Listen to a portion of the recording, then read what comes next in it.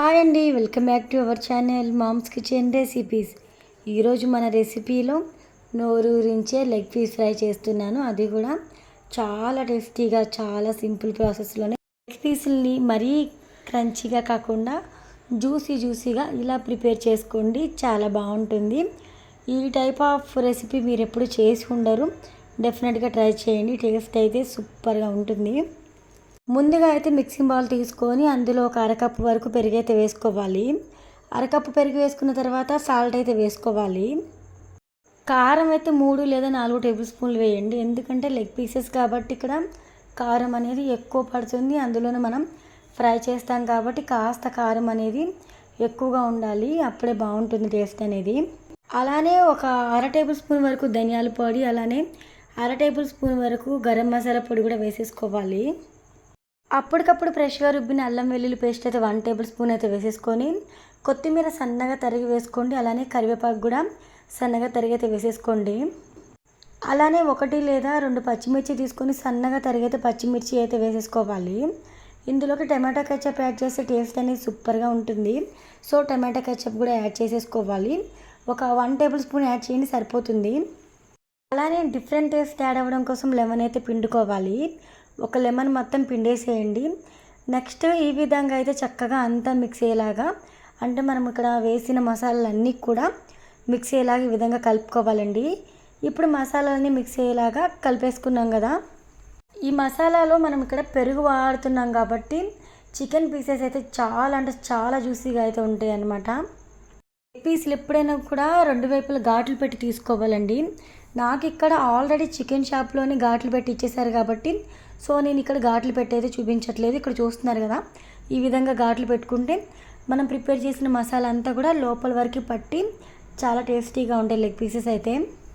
ఈ leg pieces కూడా మనము శుభ్రంగా కడిగి తీసుకోవాలండి. శుభ్రంగా కడిగి తీసుకున్న లెగ్ పీసెస్ తీసుకున్నాం కదా, నెక్స్ట్ మనము ప్రిపేర్ చేసి పెట్టుకున్న మసాలా మిశ్రమం ఉంది కదా, అదంతా కూడా ఈ లెగ్ పీసుల్లోకి అయితే వేసేసుకొని లెగ్ పీసులకి పట్టేలాగా లైట్గా ప్రెస్ చేస్తూ మనకి ఇక్కడ ప్రతి లెగ్ పీస్కి పట్టేలాగా చూసుకుంటూ కలుపుకోవాలండి.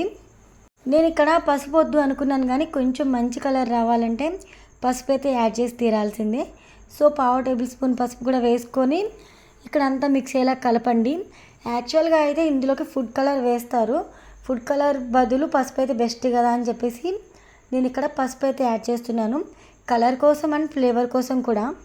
ఇలా కలిపి పెట్టుకున్నాం కదా, ఇది చక్కగా మ్యారినేట్ అవ్వాలి. ఒక 2 గంటలు అవ్వాలండి, మినిమం ఒక 2 గంటల పాటు మ్యారినేట్ అయితేనే టేస్ట్ అనేది బాగుంటుంది. లేదు మీకు ఇంకా టైం ఉందంటే ఒక 4-5 గంటల వరకు కూడా మ్యారినేట్ చేసి పెట్టుకోవచ్చు. స్టవ్ ఆన్ చేసుకొని స్టవ్ మీద ప్యాన్ పెట్టుకొని ఒక 3 టేబుల్ స్పూన్ల ఆయిల్ అయితే పోసుకోవాలండి.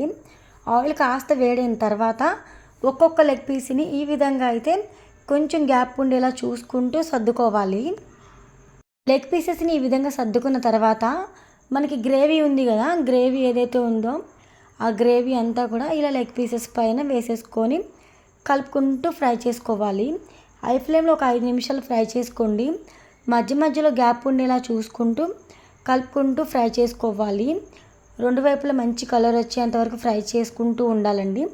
ఈ విధంగా కలుపుకుంటూ ఫ్రై అవ్వనివ్వాలి. కాస్త ఈ గ్రేవీ అనేది దగ్గర పడాలి, అంటే గ్రేవీ అనేది చాలా వరకు తగ్గిపోయి డ్రైగా అయ్యేంత వరకు మనం ఇక్కడ ఈ విధంగా కలుపుకుంటూ ఫ్రై చేసుకోవాలండి. కొంచెం దగ్గర పడింది అని అనుకున్న తర్వాత మంటనైతే కంప్లీట్గా మీడియం ఫ్లేమ్లో అడ్జస్ట్ చేసుకొని ఫ్రై చేసుకోవాలండి. ఇలా తిప్పుకుంటూ ఫ్రై చేసుకుంటూ ఉండాలి.